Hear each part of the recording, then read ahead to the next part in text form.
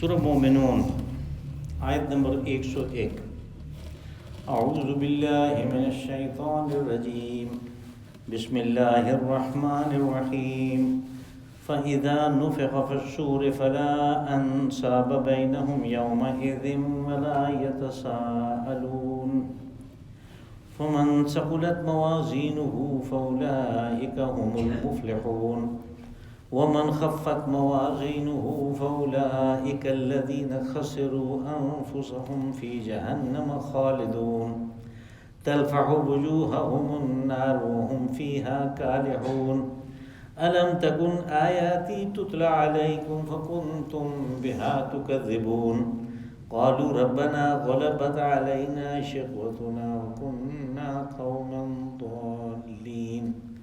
رَبَّنَا أَخْرِجْنَا مِنْهَا فَإِنْ عُدْنَا فَإِنَّا ظَالِمُونَ قَالَ اخْسَئُوا فِيهَا وَلَا تُكَلِّمُونَ إِنَّهُ كَانَ فَرِيقٌ مِّنْ عِبَادِي يَقُولُونَ رَبَّنَا آمَنَّا فَاغْفِرْ لَنَا وَارْحَمْنَا وَأَنْتَ خَيْرُ الرَّاحِمِينَ فَاتَّخَذْتُمُوهُمْ سِخْرِيًّا حَتَّى أَنْسَوْكُمْ ذِكْرِي وَكُنْتُمْ مِنْهُمْ تَضْحَكُونَ إِنِّي جَزَيْتُهُمُ الْيَوْمَ بِمَا صَبَرُوا أَنَّهُمْ هُمُ الْفَائِزُونَ۔ صدق اللہ العظیم۔ فَإِذَا نُفِخَ فِي الصُّورِ فَلَا أَنْسَابَ بَيْنَهُمْ يَوْمَئِذٍ وَلَا يَتَسَاءَلُونَ۔ پس جب سور پھونکا جائے گا، یعنی قیامت برپا ہوگی، تو پھر ان کے درمیان جو حسب نسب ہے، جو رشتے ہیں، وہ ختم ہو جائیں گے، اور نہ ہی کوئی دوسرے سے کسی قسم کی مدد طلب کرے گا۔ فَمَنْ ثَقُلَتْ مَوَازِينُهُ فَأُولَئِكَ هُمُ الْمُفْلِحُونَ۔ تو اس دن جس کے پاس نیکیاں ہوں گی، جن کا پلڑا نیکیوں کا بھری ہوگا، وہ ہیں جو فلاح پائیں گے۔ وَمَنْ خَفَّتْ مَوَازِينُهُ فَأُولَئِكَ الَّذِينَ خَسِرُوا أَنفُسَهُمْ فِي جَهَنَّمَ خَالِدُونَ۔ اور جن کے پلڑے نیکیوں کے ہلکے پڑ جائیں گے، تو وہ ہیں لوگ جنہوں نے اپنے آپ کو نقصان میں ڈالا، اور یہ جہنم میں ہمیشہ رہیں گے۔ تَلْفَحُ وُجُوهَهُمُ النَّارُ وَهُمْ فِيهَا كَالِحُونَ۔ وہاں پہ ان کے چہرے آگ سے جھلسیں گے، اور یوں وہ بالکل بیزار اور ناراض بیٹھے ہوئے ہوں گے۔ أَلَمْ تَكُنْ آيَاتِي تُتْلَى عَلَيْكُمْ فَكُنْتُمْ بِهَا تُكَذِّبُونَ۔ تو ان سے یعنی زبان حال سے یہ سوال کیا جائے گا کہ ہماری آیات تمہارے پاس نہیں آئی تھی، تو اس وقت تم نے تو انہیں جھٹلا دیا تھا۔ قالوا ربنا غلبت علینا شقوتنا وکنا قوما ضالین۔ تو وہ جواباً کہیں گے کہ یا رب، ہماری بدبختی نے ہمیں ڈانپ لیا تھا، وہ غالب آ چکی تھی، اور یقیناً ہم ہی گمراہ تھے۔ ربنا اخرجنا منها فإن عدنا فإنا ظالمون۔ اور وہ فریاد کریں گے کہ اے رب، ہمیں یہاں سے نکال، اور اگر ہم اسی قسم کے کام دوبارہ کریں تو پھر واقعی ہم سزا کے حقدار ہیں، ہم ظالم ہیں۔ قال اخسؤوا فیہا ولا تکلمون۔ انہیں دھتکار دیا جائے گا اور کہا جائے گا کہ تم باتیں نہ کرو۔ انہ کان فریق من عبادی یقولون ربنا آمنا فاغفر لنا وارحمنا وانت خیر الراحمین۔ اور یہ کہ تم یاد کرو کہ میرے بندوں میں سے ایک گروہ تمہارے پاس آتا تھا، اور اس نے کہا تھا، اور وہ کہتے تھے ربنا آمنا فاغفر لنا وارحمنا، کہ اے رب ہمارے، ہم ایمان لائے، تو ہماری بخشش فرما، ہمارے اوپر رحم فرما، وارحمنا وانت خیر الراحمین، اور آپ بہترین رحم کرنے والے ہیں۔ فاتخذتموہم سخریا۔ تو تم تو اس وقت ان لوگوں کے ساتھ ٹھٹھے مخول کرتے تھے، مذاق اڑاتے تھے۔ حتی انسوکم ذکری وکنتم منہم تضحکون۔ اور پھر یہ تم نے ہنسی مذاق اتنا زیادہ کیا کہ ہماری یاد سے ہی تم غافل ہو گئے، اور ان آیات کی وجہ سے تم ان کے ساتھ ہنستے تھے۔ انی جزیتہم الیوم بما صبروا۔ اور ان لوگوں نے تمہاری ان باتوں کا، ان ٹھٹھے مخول ہنسی مذاق کا اور تمہاری پھپتیوں کا جواب نہیں دیا، اور مستقل مزاجی سے اپنے موقف پہ ڈٹے رہے، انہم هم الفائزون، ان کا اجر یہ ہے کہ آج وہ اپنی مراد کو پائیں گے۔ یہاں پہ ابتداً قیامت کے برپا ہونے کا حال بیان کیا گیا، فَإِذَا نُفِخَ فِي الصُّورِ۔ تو اگر ہم ایک مجموعی مطالعہ کریں تو پتہ چلتا ہے کہ ابتدائی پہلا سور پھونکا جائے گا تو یہ قیامت کے برپا ہونے کی پہلی نشانی ہوگی، اور اس آواز کے نتیجے کے طور پہ تمام جاندار اور زیرو وہ ختم ہو جائیں گے، زندگی کے آثار جو ہیں وہ کسی چیز میں باقی نہیں رہیں گے، اور ایک زمانہ گزرے گا، اللہ بہتر جانتا ہے، تو پھر وہ سور دوبارہ پھونکا جائے گا، اور اس کے نتیجے کے طور پہ وہ تمام انسان اور دیگر بھی جن کی ضرورت ہوگی وہ سارے کے سارے ایک زندہ شکل میں کھڑے ہو جائیں گے۔ تو یہ سور پھونکنا جو ہے، یہ جو مقربین ملائکہ ہیں 4، ان میں سے ایک کی ڈیوٹی ہے، ایک کا یہ کام ہے کہ وہ صرف سور پھونکے گا۔ اب یہ کہ قیامت جس کو محشر کا برپا ہونا، قیامت کا برپا ہونا، جس کو مشرکین مکہ بہت بعید سمجھتے تھے، اس کے بارے میں انہیں یہ بتایا گیا کہ ایک مقربین ملائکہ میں سے ایک کی حضرت اسرافیل کی یہ ڈیوٹی ہے، یہ فرض ہے کہ وہ صرف سور پھونکیں گے، اور وہ جیسے حدیث رسول میں آیا کہ وہ اپنی اس کرنا کو، اس سور کو، اس چیز کو، اس انسٹرومنٹ کو کہ جس سے وہ پوری کائنات میں آواز آئے گی، اس کو وہ لے کر بالکل تیار حالت میں کھڑے ہیں۔ یعنی ان کے نزدیک یہ حساب ہے کہ حکم ابھی آیا کہ ابھی آیا، جس کو ہم بعید سمجھتے ہیں۔ تو کہا کہ وہ یعنی جو ابتدائی بات ہے وہ جب ہوگی تو فلا انصاب بینہم، یہ انصاب جو ہے یہ نسب سے ہے۔ اب آدمی اپنے نسب پہ گھمنڈ کرتا ہے 2 وجہ سے، ایک تو جو اس کا حسب نسب ہے وہ اس کو ایک دفاع کی قوت اور ایک جتھا فراہم کرتا ہے، یعنی اپنی برادری میں، اپنی رشتہ داروں میں، اپنے خاندان اور قبیلہ میں آدمی اپنے آپ کو زوراور پاتا ہے، اور وہ دوسروں کا مقابلہ بھی کر سکتا ہے، ان کے اوپر زیادتی بھی کر سکتا ہے، اور اپنے اوپر زیادتی کرنے والوں کو روک بھی سکتا ہے۔ اور یہ جو جتھا بندی ہے، یہ جو عصبیت ہے، یہ جو خاندانی قسم کا بانڈ ہے، یہ عربوں میں بہت زیادہ تھا۔ اگر کسی آدمی نے یہ آواز لگا دی اپنے قبیلے کو کہ میرے اوپر خطرے منڈلا رہے ہیں اور مجھے تشویش ہے، تو پھر باقی سارے قبیلے کا یہ فرض ہوتا تھا کہ وہ ہتھیار لے کے اس کی مدد کے لیے آئے۔ تو اس کے قبیلے کا ہے، اپنے قبیلے کے آدمی کا انہوں نے دفاع کرنا ہے، یہ دیکھے بغیر کہ یہ حق پہ ہے یا باطل پہ ہے۔ ایک تو یہ وجہ تھی کہ کہا کہ جب پہلا ہی سور پھونکا جائے گا تو یہ نسب ختم ہو جائیں گے، یعنی کوئی اپنے جتھے کی وجہ سے کسی سے کچھ مدد نہیں طلب کر سکے گا، وہ کسی کے پاس وہ زور باقی نہیں رہے گا جو اپنے خاندان کی وجہ سے، عصبیت کی وجہ سے ہوتا ہے۔ دوسری چیز جو عصب نسب کی ہے، وہ اس دنیا میں ابتدا سے یہ سلسلہ چلا آ رہا ہے کہ لوگ اپنی جو خاندان کی برتری ہے، اس کا جو شرف ہے، جو اس کا مجد ہے، جس کو ان کے آباء و اجداد نے بیان کیا، وہ اس کے اوپر بڑا فخر کرتے اور اپنا جو ہے مقام اللہ کے نزدیک بھی اس کی وجہ سے گردانتے ہیں۔ جیسے یہود نے کہا، سورہ مائدہ میں آیا، قالت الیہود والنصارى نحن ابناء اللہ واحباؤہ، یہود و نصارہ کہنے لگے ہم تو اللہ کے بیٹے ہیں، اس کے نبیوں کی جو اولاد ہیں، اور ہم اس کے بڑے چہیتے ہیں، اس کے بڑے لاڈلے ہیں، اس کے محبوب ہیں۔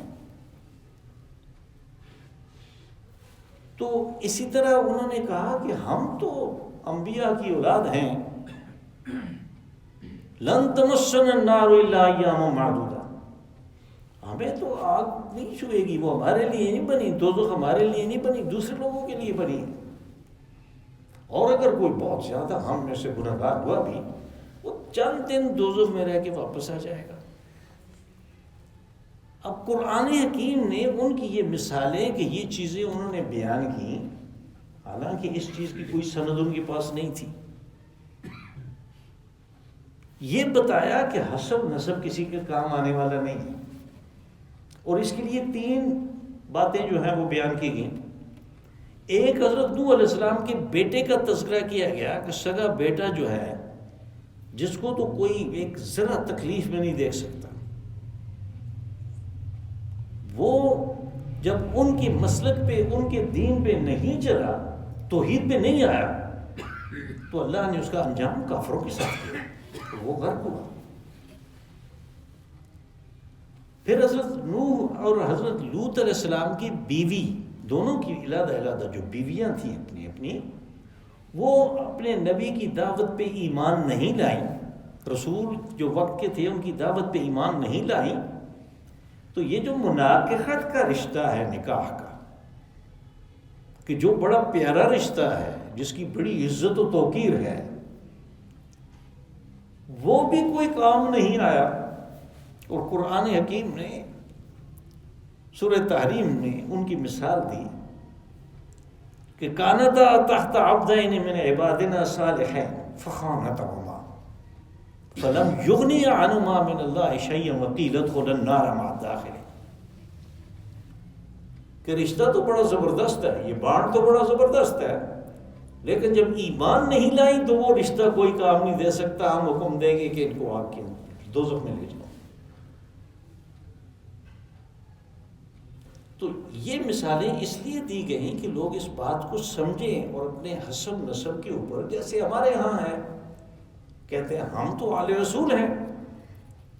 قرآن کہتا ہے کہ آل رسول سارے کے سارے ہیں، جو رسول کا نام لیتے ہیں، جو اس کا کلمہ پڑھتے ہیں، وہ سارے آل رسول ہیں۔ تو بیچ میں نسب کو جو لے آئے اور اس نسب کی وجہ سے یہ تفاخر پیدا ہوا کہ جنت ہمارے لیے ہے، اس کے دروازوں پہ ہم کھڑے ہوں گے، اور ہم نے کیسی کیسی باتیں سنی ہیں، کیا بتائیں آپ کو۔ تو وہ ان کی کوئی حیثیت نہیں۔ آپ دیکھیں وہ کہتا ہے پہلی سور کے ساتھ ہی ابھی بہت وقت ہے، ابھی میزان قائم ہونے پہ، حساب کتاب ہونے پہ بہت وقت ہے، لیکن جو ہی قیامت کا وہ سلسلہ شروع ہوتا ہے تو نسب کی جو بات ہے وہ ختم ہو جاتی ہے۔ فلا انصاب بینہم ولا یتساءلون، تساؤل کہتے ہیں مدد طلب کرنے کو۔ تو کہا کہ کوئی کسی سے نہ مدد طلب کرے گا نہ کوئی کسی کو مدد دے گا، وہ تو ہم جب دیکھتے ہیں، یعنی آپ مطالعہ کریں احادیث رسول صلی اللہ علیہ وسلم کا، تو یہ حدیث شفاعت جو ہے یہ ہمیں تقریباً حدیث کی تمام بڑی کتابوں میں ملتی ہے، یعنی بڑی سکہ قسم کی، بڑی مستند قسم کی اور بڑی محکم قسم کی حدیث ہے کہ رسول اللہ صلی اللہ علیہ وسلم نے فرمایا کہ لوگ معاشر میں اکٹھے ہوں گے تو بالآخر کوئی حساب نہیں ہو رہا، کچھ پتہ ہی نہیں ہے کیا ہو رہا ہے، تو وہ جائیں گے آدم علیہ السلام کے پاس کہ ہم آپ کی اولاد ہیں، آپ اللہ سے سفارش کریں کہ کام شروع تو ہو۔ وہ کہیں گے میرا یہ منصب نہیں ہے، مجھ سے گناہ ہوا ہے، تو میں اللہ کا سامنا نہیں کر سکتا، تم جاؤ ابراہیم کے پاس، وہ خلیل اللہ ہے، وہ اللہ کا دوست ہے۔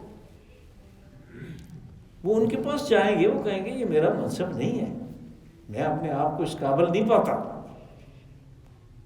کہ میں اللہ کے حضور کوئی سفارش کر سکوں کسی چیز کی، کسی بھی چیز کی۔ آپ موسیٰ کے پاس جائیں، وہ کلیم اللہ ہے، تو وہ لوگ موسیٰ علیہ السلام کے پاس آئیں گے تو وہ کہیں گے یہ کام میں نہیں کر سکتا،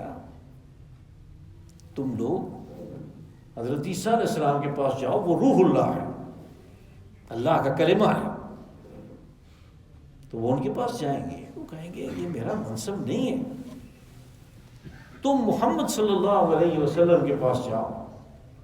حضور نے فرمایا کہ لوگ آئیں گے تو میں ان کی حالت دیکھ کے سجدے میں پڑ جاؤں، اور پھر اللہ کی تعریف حمد بیان کروں گا،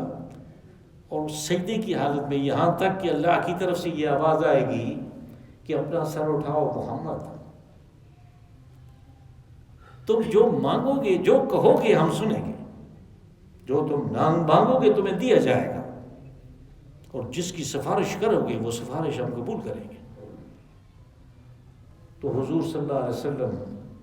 کہیں گے کہ یا رب، میری امت میں سے جس شخص کے پاس جو کہ دانے کے برابر ایمان ہے تو اس کی مغفرت کر دے۔ اللہ پاک فرمائیں گے ہو گیا۔ تو آپ فرماتے ہیں کہ میں پھر سجدے میں وہی کلمات جو اللہ نے مجھے سکھائے اس وقت، اور اب آپ نے حدیث میں فرمایا، مسلم میں یہ الفاظ ہیں کہ وہ الفاظ اب میرے پاس نہیں ہیں، یعنی وہ اس وقت سکھائے جائیں گے، ان سے پھر میں تعریف کروں گا، یہاں تک کہ حکم ہوگا کہ اپنا سر اٹھاؤ، جو مانگو گے دیا جائے گا، جو کہو گے سنیں گے، جس کی سفارش کرو گے وہ سفارش قبول کی جائے گی۔ تو آپ نے فرمایا کہ میں سر اٹھاؤں گا اور میں کہوں گا کہ یا رب، جس کے پاس ایک رائی کے دانے کے برابر بھی ایمان ہے تو اس کی مغفرت کر دے۔ اور یہی سلسلہ جو ہے پھر تیسری دفعہ بھی ہوگا، تو آپ نے رائی سے نیچے کیا اس کو، ایمان کو کہا ذرے کے برابر ایمان ہے۔ قرآن حکیم میں جہاں مثقال ذرہ آتا ہے ہم اس کا ترجمہ رائی کر دیتے ہیں، اور لکھا ہوا بھی رائی ہوتا ہے، رائی کا دانہ چھوٹا سا ہوتا ہے، وہ اصل میں اس کی یعنی اس کا جو چھوٹا ہونا ہے اس کو بیان کرتی ہے رائی کا دانہ۔ اصل بات یہ ہے کہ اس حدیث سے پتہ چلتا ہے کہ ذرہ جو ہے وہ رائی کے دانے سے بھی اگلے درجے کی چھوٹی چیز ہے۔ اور ویسے آپ کی معلومات کے لیے جدید عربی میں ذرہ جو ہے وہ ایٹم کو کہتے ہیں، اور لاکھوں کروڑوں ایٹم ایک جگہ پہ ہوں تو وہ نظر نہیں آتے، وہ اتنی چھوٹی چیز ہے، یعنی اس کو مزید تقسیم نہیں کیا جا سکتا، وہ ہے۔ تو پھر حضور صلی اللہ علیہ وسلم فرماتے ہیں کہ اس کے بعد میں اس قابل نہیں رہوں گا کہ میں سجدہ کر کے دوبارہ کوئی چیز طلب کروں، وہاں پہ بات ختم ہو جائے گی اور حساب کتاب شروع ہو جائے گا۔ یعنی یہ دیکھیں آپ کہ اس کے بعد حساب کتاب شروع ہوگا، یہ نہیں ہے کہ اس کے بعد لوگوں کی داخلہ شروع ہو جائے، حساب کتاب شروع ہوگا۔ تو نسب جو ہے، یا نسب کو ہم نسبت سے بھی کہہ سکتے ہیں، نسبت اس وقت تک فائدہ نہیں دے گی جب تک اگلی آیت ہمارے ذہن میں نہ رہے، اس لیے فوراً اس کے بعد کیا کہا، فَمَنْ ثَقُلَتْ مَوَازِينُهُ فَأُولَٰئِكَ هُمُ الْمُفْلِحُونَ، کہ جس کی نیکیوں کا پلڑا ثقلت، ثقیل، بھاری، وزنی کو کہتے ہیں، وزنی ہو گیا جس کا پلڑا، تو پھر وہ فائز المرام ہو گیا، وہ مراد کو پا گیا، وہ کامیاب ہو گیا، مفلح ہو۔ وَمَنْ خَفَّتْ مَوَازِينُهُ، خفت ہلکا پڑ گیا، خفیف چھوٹے کو ہلکے کو کہتے ہیں، تو جس کا نیکیوں کا پلڑا ہلکا پڑ گیا تو وہ لوگ ہیں جنہوں نے اپنے آپ کو نقصان میں ڈالا، فَأُولَٰئِكَ كَالَّذِينَ خَسِرُوا أَنفُسَهُمْ، تو یہ نقصان کی آگے تفصیل ہے کہ وہ کون سا نقصان ہے، فی جہنم خالدون، انہیں یہ نقصان ہوگا کہ وہ جہنم میں رہیں گے، ہمیشہ پڑے رہیں گے، تلفح وجوہہم النار وہم فیہا کالحون، اور جہنم میں کیا ہوگا کہ ان کے چہرے جو ہیں وہ آگ سے جھلس رہے ہوں گے، اور جیسے سورہ نساء میں آپ پڑھ رہے ہیں کہ جب وہ جھلس جائے گا، چمڑی جب سکن آدمی کی جل جائے گی تو ایک نئی سکن اس کو دے دی جائے گی، ایک نئی چمڑی اس کے وجود پہ آ جائے گی، تاکہ درد جو ہے، جو تکلیف ہے وہ ختم نہ ہو بلکہ مسلسل رہے اور زیادہ سے زیادہ ہوتی رہے۔ ان کے چہرے جھلسے ہوئے ہوں گے اور وہ بیزار، یعنی ناگواری ان کے چہروں پہ ظاہر ہو رہی ہوگی، کالے ہو۔ الم تکن آیاتی تتلی علیکم فکنتم بہا تکذبون، تو وہاں پہ تو ایک جوتیوں میں دال بٹ رہی ہوگی، اور وہاں پہ ایک دوسرے سے لوگ جو تم بیزار ہوں گے، اور دوسرا یہ ہے کہ عذاب ہر لمحے اور زیادہ ہوگا، تو ساتھ میں انہیں ذہنی طور پہ یہ یعنی کچوکے بھی دیے جائیں گے کہ تمہارے پاس جب ہماری آیات آئی تھی تتلا علیکم، جو تمہیں پڑھ کے سنائی جا رہی تھی، یعنی ایسے نہیں آئی تھی کہ کسی کو پتہ ہے کسی کو نہیں پتہ، نہیں، ہر ایک کو پتہ ہے۔ آپ دیکھیں اللہ کے نظام کو دیکھیں کہ جیسے جیسے آبادی بڑھ رہی ہے اللہ کا پیغام اس سے زیادہ رفتار سے پھیل رہا ہے۔ آج دنیا میں کوئی شخص نہیں ہے کہ جو کہے کہ میرے پاس پیغام نہیں پہنچا۔ اس کے پاس اس کی زبان میں، جو زبان وہ بولتا ہے، جو اس کی مادری زبان ہے، اس زبان میں ترجمے قرآن پاک کی اور احادیث کے موجود ہیں۔ یعنی اس وقت یہ صورتحال ہے کہ دنیا کی 1000 سے زیادہ زبانوں میں ترجمے ہو چکے ہیں، اور آپ دنیا کے جس کونے میں یہ جاننا چاہیں کہ اسلام کیا ہے وہاں پہ اپنے موبائل سے دیکھ سکتے ہیں۔ آبادی بڑھ گئی، اللہ نے اس کے ساتھ پیغام کو بھی عام کرنے کے نئے نئے طریقے بنا دیے، لوگوں کو نئے نئے طریقے بتا دیے۔ کوئی بھی ایسا نہیں ہے کہ جس کو پہنچانا ہو۔ الم تکن آیاتی تتلی علیکم فکنتم بہا تکذبون، کہ تمہیں پڑھ کے سنائی جاتی تھی۔ اب یہ دن رات، یعنی آپ ٹیلی ویژن پہ آپ دیکھ سکتے ہیں 24 گھنٹے لگا ہوا ہوتا ہے قرآن پاک، ترجمے کے ساتھ لگا ہوا ہوتا ہے۔ چینل ڈھونڈنا تو آپ کی اپنی یعنی ہمت ہے نا۔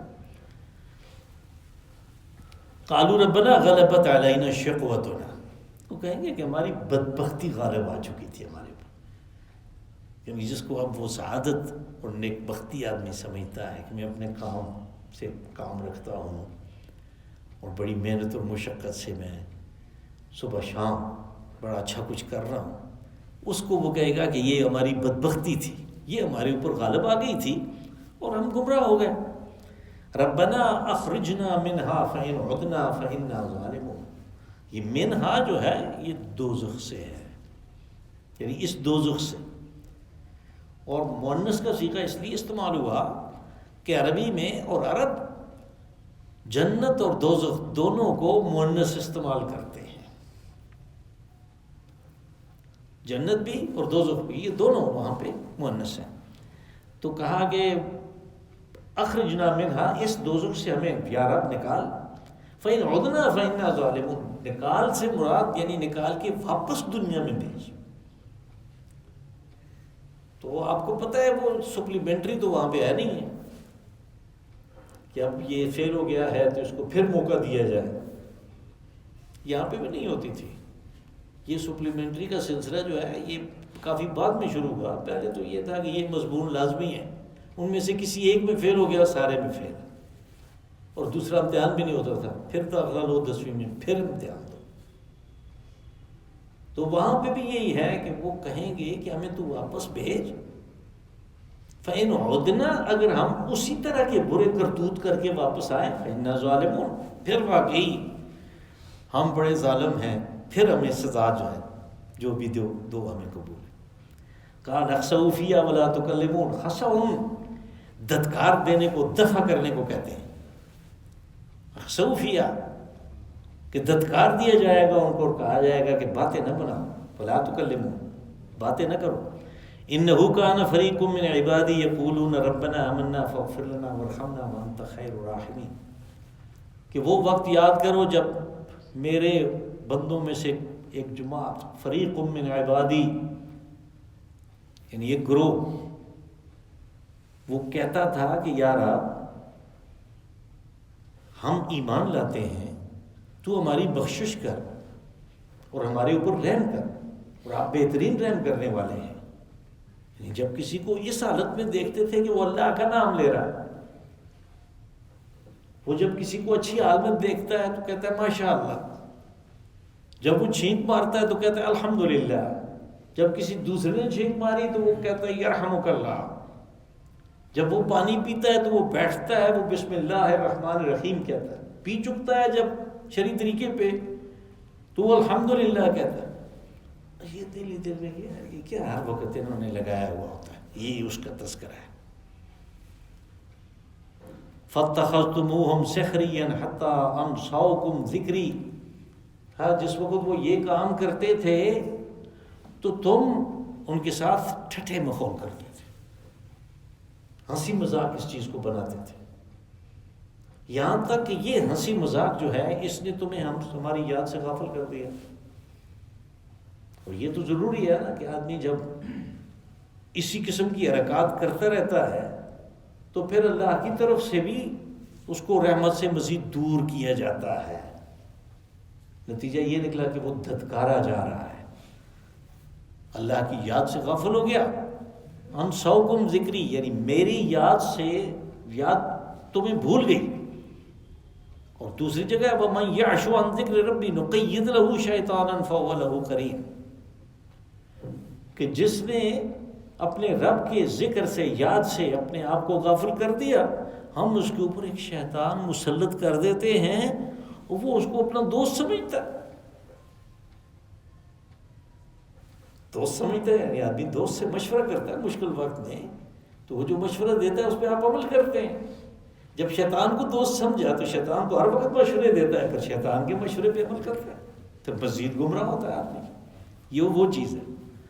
وَكُنْتُمْ مِنْهُمْ تَضْحَكُونَ، اور تم تو ہنستے تھے ان کے ساتھ۔ ایک تو ہے نا کہ دل ہی دل میں مذاق سمجھنا اس کو کہ خام خواہ وقت ضائع کر رہے ہیں، ان کو پتہ ہی کچھ نہیں ہے یہ کیا ہوا، تو پھر باقاعدہ ہنستے بھی تھے ان کے اوپر۔ تضحکون، ضحک کہتے ہیں کھلکھلا کے ہنسنے کو۔ انی جزیتہم الیوم بما صبروا، کہ تمہاری ان باتوں پہ انہوں نے صبر کیا لیکن اس راستے سے ہٹے نہیں۔ صبر کے معنی استقامت ہے، انہوں نے استقامت اختیار کی، تو میں نے ان کو اس استقامت کے بدلے میں کیا دیا؟ ان کو جزیتہم الیوم، آج میں نے ان کو اجر دیا اس چیز کا، اس استقامت کا،